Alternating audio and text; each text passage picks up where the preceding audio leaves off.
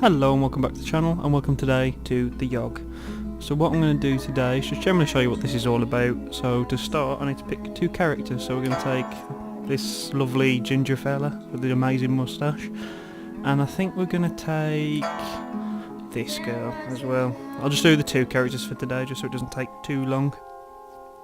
So this game's kind of like a create your own adventure sort of idea. The Yawhg will be here in 6 weeks and no one expects it.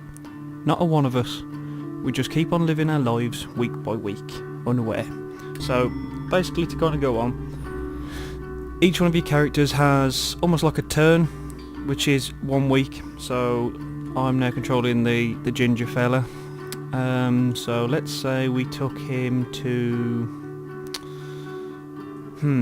where should we send him? Let's say we take him to the arena. And he competes in a fight, so he spends the entire week fighting brutes in the arena, and he gains 2 physique and 1 finesse, so he gains some stats which is going to help him in certain scenarios, and also at the end of the game help his role, which you'll see that soon enough. And then each time it'll make a random story for me, which these can cross over into other people's stories, so this is designed for local co-op as well, which is pretty cool to do. I have given it a go. So one day while wandering the halls, one of the arena fighters approaches you. "Excuse me sir, I need a sparring partner," he says. "Are you down for a fight or two?" I refer him to the guy next to you. "Thanks," he says. Later on you see the two of them taking turns punching each other in the face. Preferring not being punched in the face, you feel you have made a good decision. You gain 1 mind. So I also gained a mind off that as well. Okay, let's send this one to the palace and do some administrative work. Spend a week doing that. 2 wealth and 1 mind. One day the king approaches you. "Excuse me, but you look like someone who I can confide in. I really want the prince to take over the throne, but the queen and I aren't exactly active in the bedroom." He blushes a little. "Do you have any advice on how I could romance the queen, so to speak?" Let's see. Stat boys, I probably can't do this, so I think we're going to take the safer option and admit that you don't know how to help. King walks away disappointed.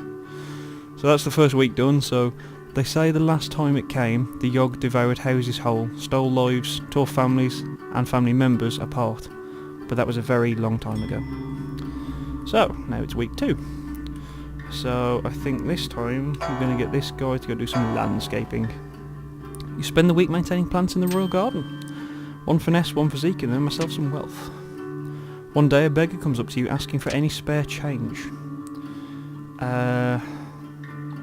I will give him a coin. You toss him a sack of coins, you lose 1 wealth, he thanks you and walks away. The next night you recognise him on a bench. You spot him eating what looks like a fresh roast chicken. He sees you and smiles a toothless grin. You feel good about yourself and you gain 1 physique. You gain 1 finesse, you gain 1 mind, you gain 1 charm, you gain 1 magic. So that was very profitable for me. Okay, next we will send her to the slums. She can fight crime. You spend the week outsmarting and beating up criminals. You gain 1 mind, 1 physique and 1 finesse. One day while wandering the slums you notice that the stones used to line the road seem to have a certain pattern to them. You don't manage to figure out the mystery, but you still feel pretty smart for noticing the patterns on the tiles. You gain 1 mind. Well, that was lovely. It was on us in a heartbeat, and so the stories go. The earth shook, and the air went still. So we're about this will be our 3rd week. Where should we send this guy? Let's send him to the palace to do some administration work. Get 2 wealth and 1 mind. One day you accidentally bump into a duke. Watch where you're going, filthy peasant. He shoves you out the way with his hand and continues to walk. Passive aggressive response or an active. I'm going to do active. You shove him back. He falls to the ground and scrapes his knee. Nice one. You gain... and then it was black. Fantastic. I gained something. Okay, so you can go to the hospital. You can tend to the patients. Spend a week diagnosing and tending to the sick. You gain 2 mind and 1 wealth. One of the patient comes in the hospital with sores that nobody has ever seen before. While walking by his bedside he looks at you rudely and asks for a glass of water. I will get him the water. He takes a large sip, swigs it around and then proceeds to spit it at you. The water hits you right in the face. After cleaning up, you scold the obviously insane man for spitting at you. That night when you get home you feel dizzy and smart and start having vivid hallucinations about ancient wizards. You gain 3 magic but lose 3 mind. Okay, so that's more than likely going to have a later consequence. And then the world was a howling fury, chaos, screaming, the sound of all we knew being pulled in half. So now we're on week 4. Let's send this guy to the tavern and let's just drink, let's have some merry old time. So we spend the entire week getting wasted, 2 charm and 1 physique. One day a fortune teller sets up at one of the tavern's tables. She offers to read anybody's fortune for a small sum. No. The rest of the day you watch the fortune teller from afar as she showers each of her customers with promises of wealth and love. You feel like skipping out was a good choice. You gain 1 mind. Fantastic. Okay. Let's send her to the... let's see.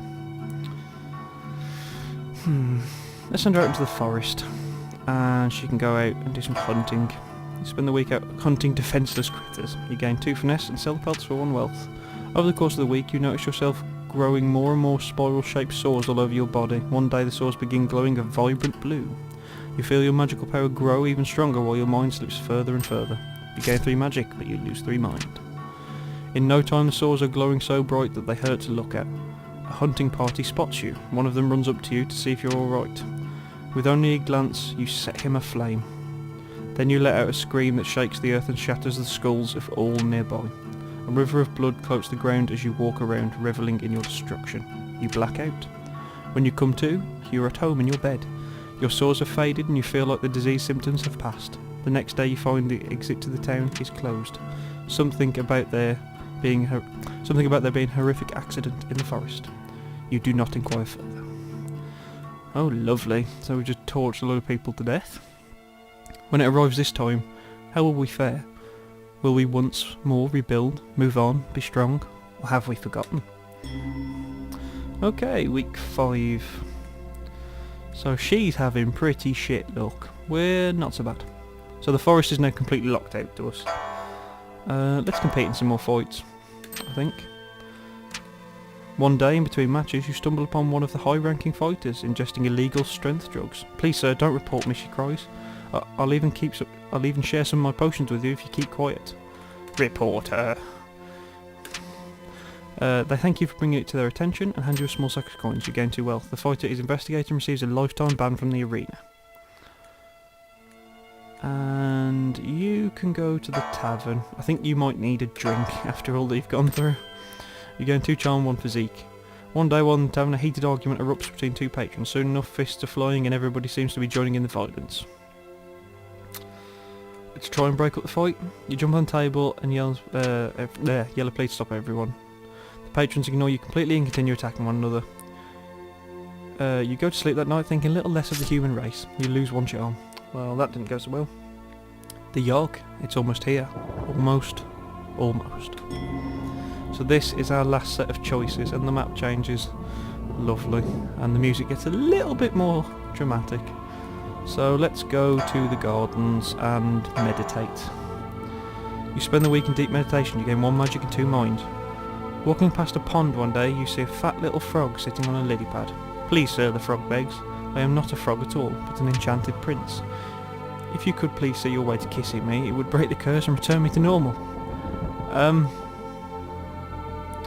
I will try and catch the frog. You realise that a talking frog is worth a fortune and grab it quick. It tries to hop away, but you're too quick. Ignoring the frog's protest, you bundle it up in your bag. Later you sell it to a travelling merchant for a huge fee. You gain 3 wealth. I am not taking the risk of kissing no frog, not this close to the end. She can go to the slums and fight some more crime, I guess. So 1 mind, 1 physique, 1 finesse. One night you hear a woman whisper at you from nearby. Hey you, she calls out. Looking to make a bit of coin? No, not really. Despite your intention to say no, you find yourself giving into her will completely. She signals you into an alleyway with her. Come closer, she says. Nobody else can hear what I'm about to tell you. You're leaning closer, eager to learn how you could earn this coin. She presses herself against you, moving her lips slowly towards your ear. Suddenly she bites into your neck viciously, blood pouring from your wound, and she clings to you tightly, lapping it all up. You black out. When you come to, you see her standing over you. Thanks, she says, tossing you a couple of coins. You gain 1 wealth. She then melts into the shadows. When you feel your neck, you notice your wound have healed completely. Your body feels ice cold. You gain 3 charm, you lose 3 physique. The storm arrives in the night. By the morning, it still rages. For 3 full days, the tempest puts us through a grinder, drowns us, crushes us, ruins us. But then it ends. We see the graveyard our home has become, our home. Does anything yet live? Is it? Are we past saving? Right, so now for each person, based on the stats I've got to pick a role. So I reckon this guy would be a pretty good builder. So let's go with that. You take it upon yourself to help rebuild the town hand by hand. You rebuild homes at breakneck speed, impressing the rest of the survivors. This helps the rebuilding effort significantly, so that's pretty good. Now, this girl didn't have much luck. Mine's not great, so being a conjurer probably wouldn't help all that much. Mine's too low to be a leader. She might... Her best chance is being a conjurer just because of her magic, so let's just give it a go. No, I knew her mind was too low. You take it upon yourself to help conjure up supplies to the town. You go to cast a spell when suddenly your skin turns milky white. You lose 3... Oh, because I got the vampire at the end. You also notice your teeth are a little sharper than usual, and your complexion clears up instantly. You gain 3 charm. You notice another conjurer beside you, wiping sweat from her brow, her neck fully exposed. You can even see a vein or 2. Delicious. Before you know it, you're coated in blood, with a mangled form in front of you. There are several people around, and they're all filled with delicious nectar. The next few hours are a blur. You wake up to find yourself in the middle of the woods. You don't quite know what happened, but you're pretty sure it didn't help the survival effort. That was just unlucky timing. So we set about our tasks, once more living our lives, this time in a way we might never have expected, or ever wanted. But in the end, now I get to find out my ending. Let's find out. We were defeated, so oh no, I got a really bad ending. Those of us left struggled to put our homes to rights, but the effort was futile, doomed. The city bled survivors, eventually becoming a husk, a dead thing, and perhaps the Yawhg was only partly to blame. Oh, god damn it. I can't believe I got a bad ending. It's all because she became a vampire. The Yawhg traumatised you deeply. Despite everything starting to be okay now, something in you snapped.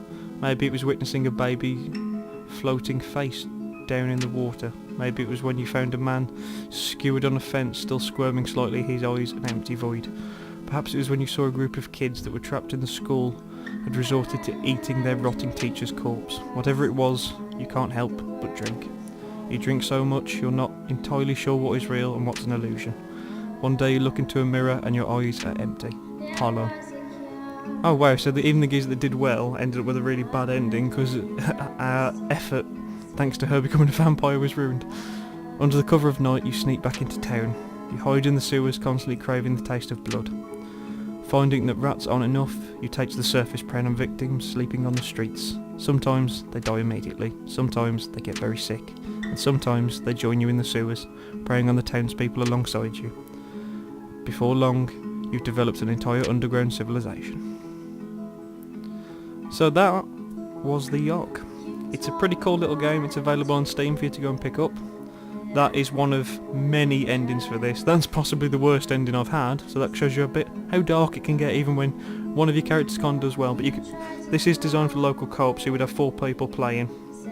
And then, obviously, you would all be able to interact with each other's stories. That whole thing could have been ruined by her becoming a vampire at the worst time. So yeah, leave a like if you enjoyed this, drop me a comment, tell me if you want to see more, or just generally what you think about the game. Subscribe if you haven't already, and hopefully I will see you soon. Thank you very much for watching. Bye bye.